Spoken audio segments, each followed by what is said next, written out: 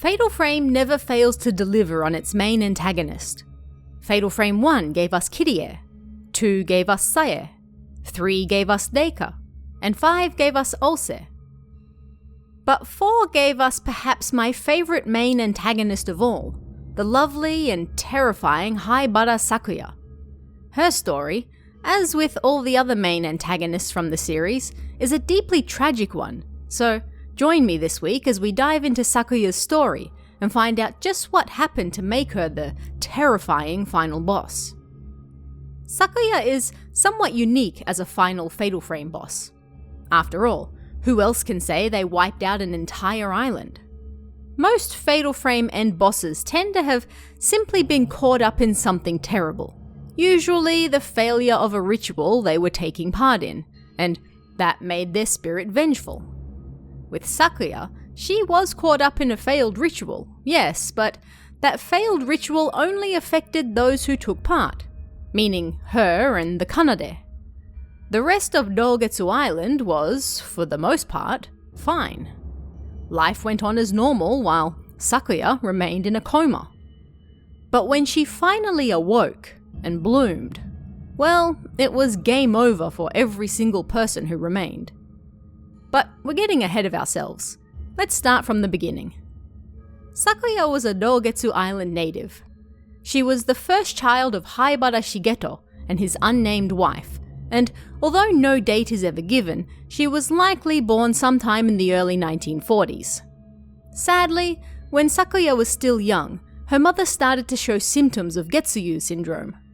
Her mother had a strong sixth sense, and this made it far more likely for her to both catch the disease and suffer from its symptoms. This illness caused her much suffering, and she feared it would spread to her daughter who, much like her, also possessed a strong sixth sense. In 1960, Sakuya, who was in her late teens or early 20s, took part in the Dogetsu Kagura. This was a performance held once every 10 years that was based on an older ritual, known as the Kiraigo. Sakuya acted as the Utsuwa, the vessel, and shortly thereafter, she too came down with Getsuyu syndrome, just like her mother had feared. She too was admitted to her father's hospital, while he desperately tried to figure out what to do. Sakuya's mother, meanwhile, was getting worse, and she knew that she would soon lose her memories of her beloved husband and children. Unable to bear the thought any longer, she jumped from the roof of the very same hospital that her husband ran. She left behind a note, remarking that her biggest regret was that Sakuya was much the same as her, and she might one day have to suffer just as much as she had as well. Sakuya stayed as a patient in her father's hospital as he worked feverishly to find a cure for her, having now lost his wife and, soon, potentially his daughter as well. Although it's never outright stated, it's strongly hinted that Sakuya gave birth to a child not too long after the Kagura performance as well. That child was Ayako, a cruel little girl who was also hospitalized when she was 12 years old for Getsuyu syndrome. There are also numerous hints that Yo, Sakuya's brother, was Ayako's father, meaning he would have been 15 at the time of her birth. At any rate, years passed and Sakuya's condition worsened. She grew obsessed with dolls, believing that part of her would remain alive inside them, even once all her memories were gone and thus her sense of self evaporated. Her condition got so bad that others around her also began to suffer, and so Sakuya was moved to a special ward, away from the other patients, while her father and brother worked on a cure. Here, Sakuya became friends with 7-year-old Aso Misaki, descendant of the great doctor himself, and also another patient in the hospital suffering from Getsuyu syndrome.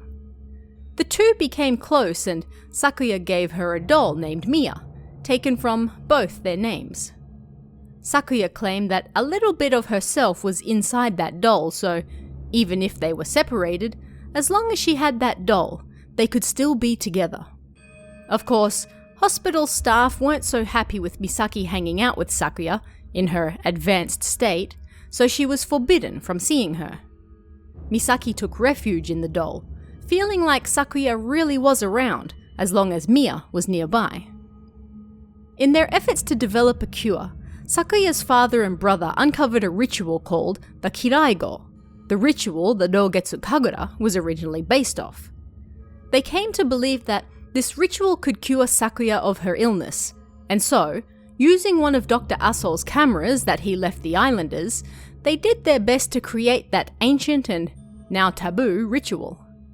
They kidnapped 5 girls to work as Sakuya's kanade, including Misaki, and on September 17, 1970, as the Dogetsu Kagura was once again being performed above ground, they set about performing the Kiraigo ritual at the same time underground. Of course, the men were working with imperfect information, and the ritual failed. Sakuya bloomed, causing the imperfect mask she was wearing to crack and break apart. She and the kanade collapsed to the ground as the performers above ground did the same. But neither Sakuya nor the kanade died. The young girls were rushed to the moon well, very much alive but their memories lost, while Sakuya fell into a coma. For the next 2 years, Sakuya was kept in the basement of the Dogetsu Hall. Shrine guards wanted to cut her face off, which would prevent her from blooming, but they couldn't do so because Sakuya wasn't actually dead. She was in a coma, stuck between life and death, and so, according to tradition, she could not be touched. Sakuya's nurse from her special ward on the 4th floor continued to watch over her, even as she was in a coma, but as time went on, she grew more and more afraid of the sleeping woman. She couldn't help but think that one day she would wake up, and if she did, something terrible would happen. She wasn't alone in that thought either. Nobody wanted to be near the body. The islanders all feared it, and one artist on the island, who was also suffering from Getsuyu syndrome, had a vision that a woman in red would rise, bloom, and destroy the island. And that was exactly what Sakuya did. 2 years after the failed ritual, Sakuya finally woke from her coma. She bloomed, meaning that all who looked upon her would soon die as well.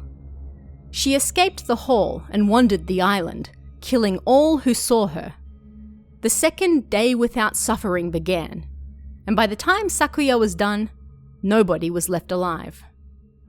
Dogetsu Island remained mostly abandoned for the next 10 years, until the 3 remaining kanade, seeking answers for why the other 2 had mysteriously and suddenly died, and fearing they might be next, made their way over for answers. The girls still had no memories of their time there as children, but as they began investigating, they slowly began to uncover the horrific events of that failed ritual and the devastating aftermath of the day without suffering. Sakuya's spirit continued to haunt the island, alongside all those she had killed. And as the anniversary of the Kiraigo drew near, she planned to use the lunar eclipse to help her spread the influence of her blooming outside the island. Yet as she climbed the lighthouse to be closer to the moon, she was defeated by Duka, one of her kanade from the failed ritual. Duka was the daughter of Soya, the man who created Sakuya's failed mask, and Sayaka, a descendant of the Tsukimori Shrine Maidens. Using the melody her mother taught her as a child, Duka was able to soothe Sakuya's troubled spirit, alongside the resonating moon itself. And, at the same time, Choshiro, the detective who saved the girls from the failed ritual when they were young, was able to put the correct mask on her, finally allowing Sakuya to become a proper Utsuwa and usher the souls of all those trapped on the island to the afterlife.